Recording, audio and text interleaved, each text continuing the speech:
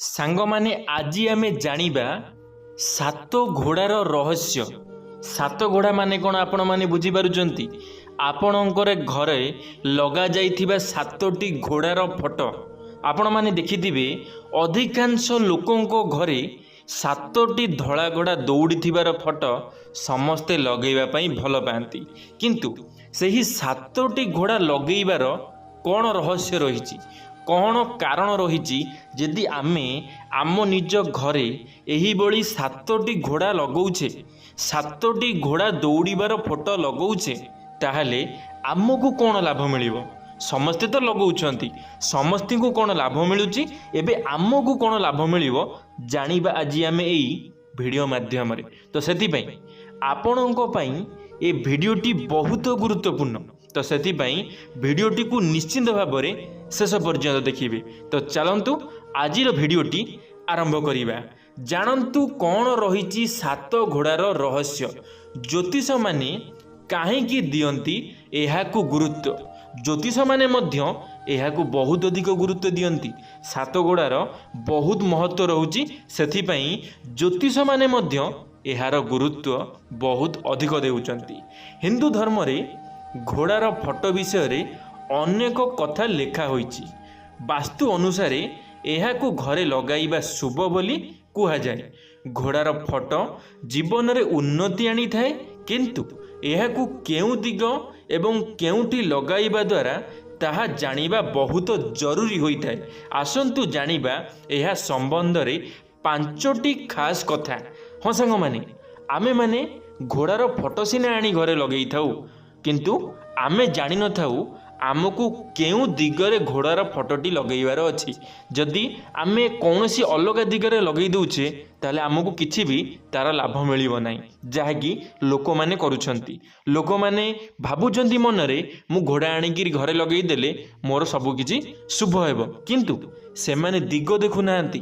କେଉଁ ଦିଗରେ ଲଗେଇବାଟା ଉଚିତ, କେଉଁ ଦିଗରେ ଲଗାଇବାଟା ଅନୁଚିତ ସେମାନେ ଜାଣିନାହାନ୍ତି ବୋଲି ସେମାନେ ମନ ଇଚ୍ଛା ଲଗେଇ ଦେଉଛନ୍ତି, ଯାହାଦ୍ୱାରା କି ସେମାନଙ୍କର ଭଲ ହେବା ପରିବର୍ତ୍ତେ ଖରାପ ହେବାକୁ ଲାଗୁଛି। ତ ସେଥିପାଇଁ ଆଜି ଆମେ ଜାଣିବା କେଉଁ ଦିଗରେ ଲଗେଇବା ଭଲ, କେଉଁ ସମୟରେ ଲଗେଇବା ଭଲ, ଆଉ କେମିତି ଲଗେଇବା ଭଲ ହେବ ଏହି ଭିଡ଼ିଓ ମାଧ୍ୟମରେ। ପ୍ରଥମରେ ହେଉଛି ଘରର ବୈଠକ ରୁମ୍ରେ। ବୈଠକ ରୁମ୍ ମାନେ କ'ଣ ବୁଝୁଛନ୍ତି? ଯେଉଁ ରୁମ୍ରେ ତୁମେମାନେ ସମସ୍ତେ ପରିବାର ସହିତ ବସିଥାଅ, ଯାହାକୁ ଆପଣମାନଙ୍କ ଭାଷାରେ ହଲ୍ ବୋଲି ଆପଣମାନେ କହିଥାନ୍ତି। ଯେମିତିକି ହଲ୍ରେ ଆପଣଙ୍କର ଡାଇନିଂ ଟେବୁଲ୍ ଲାଗିଥାଏ, ସମସ୍ତଙ୍କ ସହିତ ଆପଣମାନେ ବସି ଖାଦ୍ୟ ମଧ୍ୟ ଖାଇଥାନ୍ତି। ତ ସେ ରୁମ୍ରେ ଆପଣମାନେ ଲଗେଇ ପାରିବେ। ଘରର ବୈଠକ ରୁମ୍ର ସମୁଦ୍ର କୂଳରେ ଦୌଡ଼ୁଥିବା 7ଟି ଘୋଡ଼ାଙ୍କ ଫଟୋ ଲଗାନ୍ତୁ। ଘରର ବୈଠକ ରୁମ୍ରେ ସମୁଦ୍ର କୂଳରେ ଦୌଡ଼ୁଥିବା ଧଳାର 7ଟି ଘୋଡ଼ା ଲଗେଇଲେ ଆପଣମାନଙ୍କୁ ଶୁଭ ଫଳ ମିଳିବ। ତ ସେଥିପାଇଁ ଆପଣମାନେ ଘରର ନିଜ ରୁମ୍ରେ ଲଗେଇ ଦେଉଛନ୍ତି, ସେମିତି କରନ୍ତୁ ନାହିଁ। ଘରର ବୈଠକ ରୁମ୍ ମାନେ ଯାହାକୁ ଆପଣମାନେ ଘରର ହଲ୍ ବୋଲି କହୁଛନ୍ତି। ଦ୍ୱିତୀୟରେ ହେଲା ଘୋଡ଼ା ଫଟୋ ଲଗାଇବା ପାଇଁ ପୂର୍ବ ଦିଗକୁ ଶୁଭ ବୋଲି କୁହାଯାଇଥାଏ, କିନ୍ତୁ କାର୍ଯ୍ୟାଳୟରେ ଦକ୍ଷିଣ ଦିଗରେ ଏହାକୁ ଲଗାଇବାକୁ କୁହାଯାଇଥାଏ। ଆପଣମାନେ ଯଦି ଆପଣଙ୍କର ଘରେ ଘୋଡ଼ାର ଫଟୋ ଲଗାଉଛନ୍ତି, ତାହେଲେ ଜାଣି ରଖନ୍ତୁ ପୂର୍ବ ଦିଗକୁ ମୁହଁ ରହିବା ଦରକାର।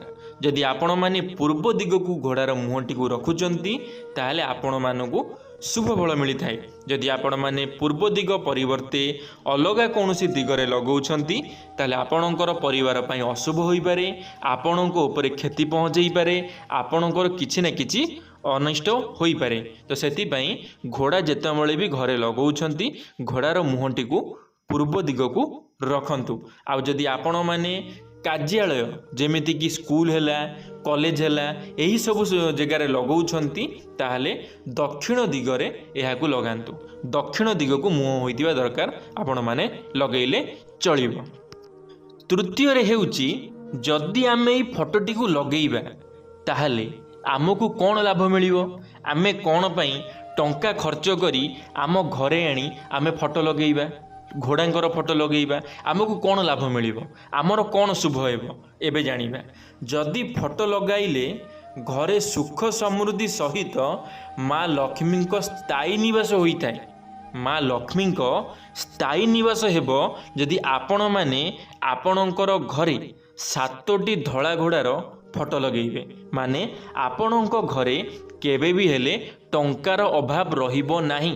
କାରଣ ଆପଣମାନେ ଜାଣିଥିବେ ମା ଲକ୍ଷ୍ମୀ ଯାହା ଘରେ ବିଜୟ ହାସଲ କରନ୍ତି, ବିଜୟ ଲାଭ କରନ୍ତି, ତାଙ୍କ ଘରେ କେବେ ବି ହେଲେ ଧନ ସମ୍ପତ୍ତିର ଅଭାବ ରହିନଥାଏ। ତ ସେଥିପାଇଁ ଆପଣମାନେ ନିଶ୍ଚିନ୍ତ ଭାବରେ ନିଜ ଘରେ ଗୋଟିଏ ଲେଖା ଧଳା ଘୋଡ଼ାଙ୍କର ଫଟୋ ଲଗାନ୍ତୁ। ଚତୁର୍ଥରେ ହେଉଛି ଏହା ନକାରାତ୍ମକ ଶକ୍ତିକୁ ନଷ୍ଟ କରି ସକାରାତ୍ମକ ଶକ୍ତି ଏବଂ ଭାବନା ଉତ୍ପନ୍ନ କରିଥାଏ। ସାଙ୍ଗମାନେ, ଆପଣଙ୍କ ଘରେ ଯଦି କୌଣସି ନକାରାତ୍ମକ ଶକ୍ତି ଅଛି, ମାନେ ଯଦି କୌଣସି ଖରାପ ଶକ୍ତି ଅଛି, ତାହେଲେ ସେ ଖରାପ ଶକ୍ତିକୁ ସେ ନଷ୍ଟ କରି ସକାରାତ୍ମକ ଶକ୍ତି ମାନେ ଭଲ ଶକ୍ତିକୁ ଉତ୍ପନ୍ନ କରିଥାନ୍ତି। ମାନେ ଆପଣଙ୍କ ଘରେ ଯଦି କାହାର ଖରାପ ନଜର ରହୁଛି, ଆପଣଙ୍କ ଘରେ ଯଦି କିଏ କଳା ଯାଦୁ କରିଛି, ମାନେ ଗୁଣିଗାରେଡ଼ି କରିଛି, ତାହେଲେ ସେସବୁ ଜିନିଷ ଆପଣଙ୍କ ଘର ଉପରେ କାଟୁ କରିବ ନାହିଁ ଯଦି ଆପଣଙ୍କ ଘରେ 7ଟି ଧଳା ଘୋଡ଼ାର ଫଟୋ ଅଛି। କାରଣ ଆପଣମାନେ ଜାଣିଥିବେ ଘୋଡ଼ାର ପାଦରେ ଯେଉଁ ଲଗାଯାଇଥାଏ ଯେଉଁ ଜିନିଷଟି ଲୁହାର, ସେହି ଜିନିଷଟି ଲୋକମାନେ ନିଜ ଘରେ ଆଣିକିରି ବହୁତ ଅଧିକ ପୂଜା କରିଥାନ୍ତି। କିନ୍ତୁ ଯଦି ଆପଣମାନେ ଘୋଡ଼ାର ଖାଲି ଫଟୋ ବି ଆଣି ଲଗାଉଛନ୍ତି, ତାହେଲେ ବି ଆପଣମାନେ ଶାନ୍ତିରେ ରହିପାରିବେ। ଆପଣଙ୍କ ଘର ଉପରେ କାହାର ବି ଖରାପ ନଜର ରହିବ ନାହିଁ। ପଞ୍ଚମରେ ହେଉଛି ବାସ୍ତୁଶାସ୍ତ୍ର ଅନୁସାରେ ଦୌଡ଼ୁଥିବା ଘୋଡ଼ାର ଗତି ସଫଳତା ଏବଂ ଶକ୍ତିର ପ୍ରତୀକ ହୋଇଥାଏ। ଏହାଦ୍ୱାରା ଜୀବନରେ ଉନ୍ନତି ସାଧନ ହୋଇଥାଏ। କୁହାଯାଏ 7 ଅଙ୍କ ବହୁତ ଶୁଭ ହୋଇଥାଏ। ସପ୍ତ ଋଷି, ଇନ୍ଦ୍ରଧନୁର 7 ରଙ୍ଗ, 7 ଫେରେ ଆଦି କେତେକ କଥା 7 ଅଙ୍କର ରହସ୍ୟକୁ ଦର୍ଶାଇଥାଏ। ଏଥିପାଇଁ 7 ଘୋଡ଼ାଙ୍କ ଫଟୋ ହିଁ ଲଗାନ୍ତୁ। ସାଙ୍ଗମାନେ, 7ର ବହୁତ ଆମ ଭାରତରେ, ଆମ ହିନ୍ଦୁ ଧର୍ମରେ 7ର ବହୁତ ଅଧିକ ଅବଦାନ ଅଛି। ଯେମିତିକି 7 ରଙ୍ଗ ହୋଇଥାଏ, ଆଉ ସପ୍ତ ଋଷି ମଧ୍ୟ ହୋଇଥାନ୍ତି, 7 ଅଙ୍କର ବହୁତ କିଛି ଜିନିଷ ହୋଇଥାଏ। ତ ସେଥିପାଇଁ 7 ଅଙ୍କର ଘୋଡ଼ା ହିଁ ଆପଣଙ୍କ ଘର ପାଇଁ ଶୁଭ ଦେଇଥାଏ। ତ ସେଥିପାଇଁ ସବୁବେଳେ 7 ଅଙ୍କର ଘୋଡ଼ା ଆଣିକିରି ନିଜ ଘରେ ଲଗାନ୍ତୁ। ତ ସେଥିପାଇଁ ଲୋକମାନେ 7 ଅଙ୍କର ଘୋଡ଼ାଟିକୁ ଘରେ ଲଗାଇଥାନ୍ତି।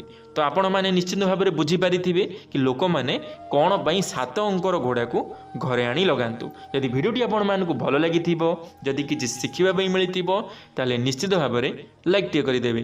ସାଙ୍ଗମାନଙ୍କ ମଧ୍ୟରେ ସେୟାର ନିଶ୍ଚିତ ଭାବରେ କରିଦେବେ। କମେଣ୍ଟ ବକ୍ସରେ ଆପଣମାନଙ୍କର ମତାମତ ନିଶ୍ଚିତ ଭାବରେ ଦେବେ। ଯଦି ଆପଣମାନେ ଟକିଂ ୱାର୍ଲ୍ଡ ୟୁଟ୍ୟୁବ୍ ଚ୍ୟାନେଲରେ ପ୍ରଥମ ଥର ପାଇଁ ଚ୍ୟାନେଲଟିକୁ ସବସ୍କ୍ରାଇବ୍ କରି ବେଲ୍ ଆଇକନ୍କୁ ଅଲ୍ରେ ନିଶ୍ଚିତ ଭାବରେ କ୍ଲିକ୍ କରିଦେବେ। ଧନ୍ୟବାଦ। ଜୟ ଜଗନ୍ନାଥ, ଜୟ ମା ଶାରଳା, ଜୟ ଶ୍ରୀକୃଷ୍ଣ।